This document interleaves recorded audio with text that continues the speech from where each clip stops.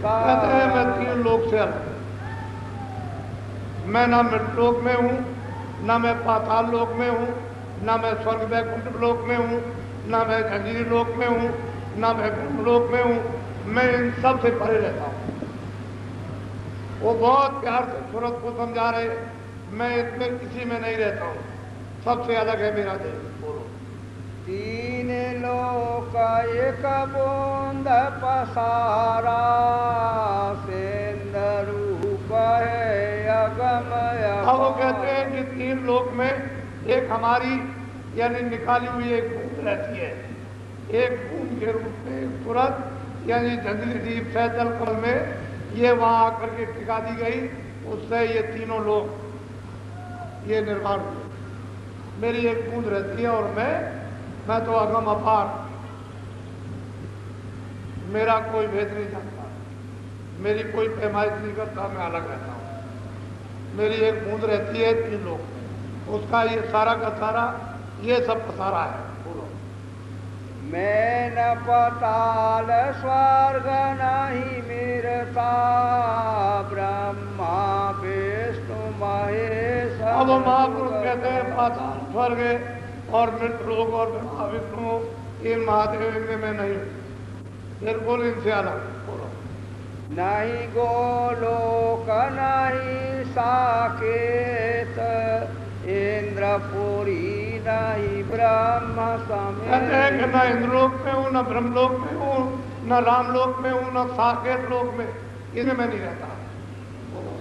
3 लोक व्यापक में नहीं, बूंद एक में तुरंत ने पूछा था क्या आप व्यापक रूप से सब जगह हैं, तो उन्होंने कहा मैं व्यापक रूप से भी यानी कहीं भी नहीं रहता हूँ और इन लोगों में भी कहीं नहीं रहता हूँ।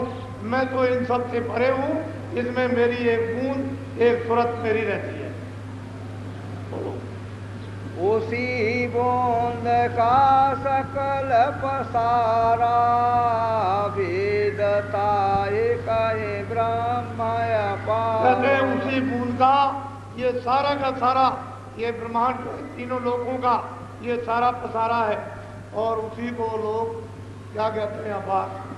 जो बूंद की रचना है उसको आप अपार कहो और सिंधु है और महासागर अपार वो तो अलग हो गया, उसे तो कोई जानता नहीं। अब वो खुद आकर के सुरतों को अपना भेद बता रहे और मालिक का पता और ठिकाना और ये बता रहे कि मैं कहीं नहीं रहता हूँ, ना मेरा व्यापक रूप है, मैं तो एक बूंद मेरी वहाँ रहती है, उसका ये सकल सारा का सारा ये पसारा है, मैं इन सबसे अलग हूँ। बोलो। वेदांती आए ब्रह्म बखाने, सिद्धांती आए सोत पुकार। कहते हैं कि वेदांती कोई कहता है ईश्वर है, कोई कहता है ब्रह्म है, कोई कहता है प्रकृति है, कोई कहता है माया है। इस तरह से लोग जो है वो उस समय पर वर्णन करते हैं, क्योंकि मेरा वेद तो उस समय पर खोला नहीं गया था, तो किसी ने कुछ ऊपर का बताया भी नहीं कि भाई ऊपर में कुछ है, तो यही लोग यही उपासना करते हैं और इसी को अनुमान से कहते हैं कि ऐसा होगा ऐसा होगा। वो व्यापक है, उसका नाम नहीं, उसका रूप नहीं है, वो मतलब ये क्या रूप है, लेकिन ऐसा नहीं। अगर रूप नहीं होगा तो नाम क्या है? रूप है नाम बात। जब नाम है रूप है तो स्थान होना चाहिए, जब नाम रूप स्थान है तो उसकी आवाज़ होनी चाहिए, नहीं तो फिर कैसे निर्माण कैसे होगा, यानी रचना कैसे होगी। तो इसलिए आवाज़ क्यों, क्योंकि रचना करने में बोलेगा, और अगर हम लोग न बोले तो यहाँ कोई भी रचना इन कारखानों की और इन मकानों की सामान की नहीं हो सकती है। आवाज़ ही से तो ये सब रचना हुई और आवाज़ के ऊपर ही तो आप काम करते हो, ये ऐसा काम करो, ऐसा काम करो, ऐसा काम करो, ये मशीन बनाओ और मशीन चलाओ, इसको ऐसा करो।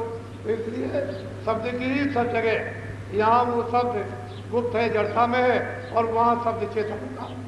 तो चेतन रचना अलग है और वो अद्भुत रचना, ये रचना जो है जड़ और चेतन। तो कहते हैं मेरी बूंद एक रहती है, बड़े बड़े वेदांती और योगी इसी को कह करके अपार और वेद क्या ये कह करके थक है, लेकिन मेरा वेद इनमें से किसी ने नहीं जाना, मेरी एक बूंद वहाँ पर रहती है। उसी ने ये सगर यानी सारा का सारा मथारा किया। इसके आगे भेद न पाया, सतगुरु बिन उन दो कहते हैं जिन किसी को ये भेद इसके आगे का नहीं मिला और सदगुरु महापुरुषों के संतों के बगैर सब धोखा खा जाएंगे कि उनको पता ही नहीं है कि मैं कहाँ से आई।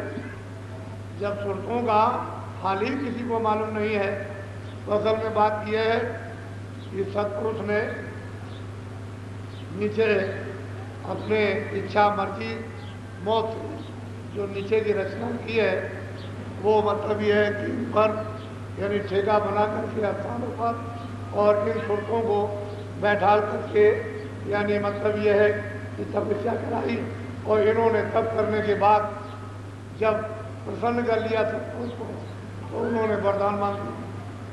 उन्होंने कहा भाई तुम क्या चाहते हो, तुम्हारे ध्यान से तुम्हारी इस तपस्या से इस भक्ति से हम प्रसन्न हो गए, ठीक है हमने निकाल दिया, लेकिन हम आप खुश हो गए, अब आप चाहते क्या हो। तो उन्होंने कहा जैसा सतलोक में आपका राज है उसी तरह का हम राज है। तो ये बात मानी हुई है कि बगैर जीवात्माओं की रचना कभी किसी मंडल पर हो ही नहीं सकती है। अगर यहाँ पर जीवात्माएं चर जीव जंतुओं में और मनुष्यों में न रहे तो यहाँ कोई रचना कोई काम हो नहीं सकता। क्यों? मनुष्य शरीर रहेगा नहीं, जानवर शरीर रहेंगे नहीं, पंछी शरीर रहेंगे नहीं, कीड़े मकोड़े के रहेंगे नहीं। जब शरीर कोई नहीं रहेगा तो कामकाज कैसे होगा, फिर कोई रचना ही होगा। सोचते जाओ जो शरीरों में बंधन में जब रहेंगी तभी रचना बैठेगी। तो उनको उन्होंने प्रसन्न होकर के एवं मत मुझे अच्छा हमने तुमको दिया। अब वो प्रसन्न होकर के रचना करने के लिए सुरतों का भंडार, फिर ये सुरतें जब भेजी जाएंगी तो ऐसे भंडार नहीं भेजा जाएगा कि सीधी चली जाओ। उनके लिए भी कितने युग और कितने कल्प यानी अनगिनत दिन बीत जाएंगे, तब धीरे धीरे उनको नीचे उतारा जाएगा। नहीं एक नीचे आ ही नहीं सकती, क्योंकि उनमें भी बड़ी शक्ति है, उनमें भी बहुत ताकत है, मामूली शक्ति नहीं है। वो हुक्म से उतरेगी, आदेश से नीचे उतरेगी। ये मालिक की सतपुरुष की क्या मर्जी है, क्या इच्छा है, उस मर्जी और मौज को उन्हें कबूल करना पड़ेगा। फिर नीचे धीरे धीरे उतर के आएंगे, ठेके से उतरेगी, रुकी रहेगी। वहाँ का आनंद उल्लास के बाद फिर मर्जी होगी तो नीचे फिर उतरेगी। फिर उसके बाद बहुत दिनों तक वो रस और आनंद लेगी और फिर उनकी मर्जी होगी थोड़ी सी फिर उतरेगी, क्योंकि वहाँ तो सबको स्वतंत्रता है, कोई बंधन तो है नहीं है। फिर जब नीचे आएंगी, जब ब्रह्म स्थान पर जब आएंगी तो उनको एक झिल्ली बारी, एक कपड़ा जैसा, एक पर्दा जैसा बहुत बारीक होगा, यानी अनुमान को होगा कि कोई कपड़ा ऐसा छाया के रूप में आया। वो तो उस दृष्टि से, ज्ञान दृष्टि से उसका बोध होगा एक छाया के रूप में, प्रकाश में एक पर्दा जैसा फेंका गया। तो वो किस चीज का पर्दा होगा? शब्द स्पर्श रूप रस है, इसका एक पर्दा जीवात्माओं के भंडार पर फेंक दिया। तो ये माना जाता है कारण से। फिर वहाँ रुकी रहेगी मुद्दतों तक, कितने युगों तक, कितने कल्पों तक। फिर उनको नीचे फिर वो कपड़ा पहरा करके शब्द रूप रसगंध का तो फिर नीचे उतारा। फिर उनको एक सूच में एक उन्होंने उससे थोड़ा यानी वो एक पर्दा डाला और 9 तत्वों का होगा, शब्द स्पर्श रूप रसगंध और मन, बुद्धि और चित्त और अहंकार। ये 9 तत्वों का इसके ऊपर में एक पर्दा फेंक दिया। मालूम तो हो गया एक पर्दा एक आया, तो उस पर्दे में सूक्ष्म शरीर में वो जीवात्माएं फिर बहुत मुद्दतों तक कितने युग और कल बीत गए, फिर वहां रुकी रही और फिर उसके बाद नीचे उतारी। लेकिन आ रही है सब एकदम से शब्द की धार पर, जिस पर ये सब टिके हुए हैं उसी धार से उतारी गई। फिर ये आकर के जब नीचे आई तो माया के लोक में आई, नीचे आई निरंजन धाम में जब आई तो नीचे जो उतारी गई तो एक पर्दा यानी दोनों से एक मोटा यानी फेंका गया 17 तत्वों का। क्या 10 इंद्रियां, चतुसंताकरण, मन, बुद्धि और चित्त और अहंकार और रजोगुण तमोगुण सतोगुण, इनका एक कपड़ा यानी एक पर्दा फेंक दिया ऊपर, तो ये लिंग शरीर में आ गए। बहुत मुद्दतों तक और जुगों तक वहाँ रुकी रही और मतलब सुगंधी का उसमें आहार करती रही। फिर उन्होंने उसमें मतलब प्रकाश का आहार किया, फिर शब्द का आहार किया अपने अपने शरीर में, और फिर उसके बाद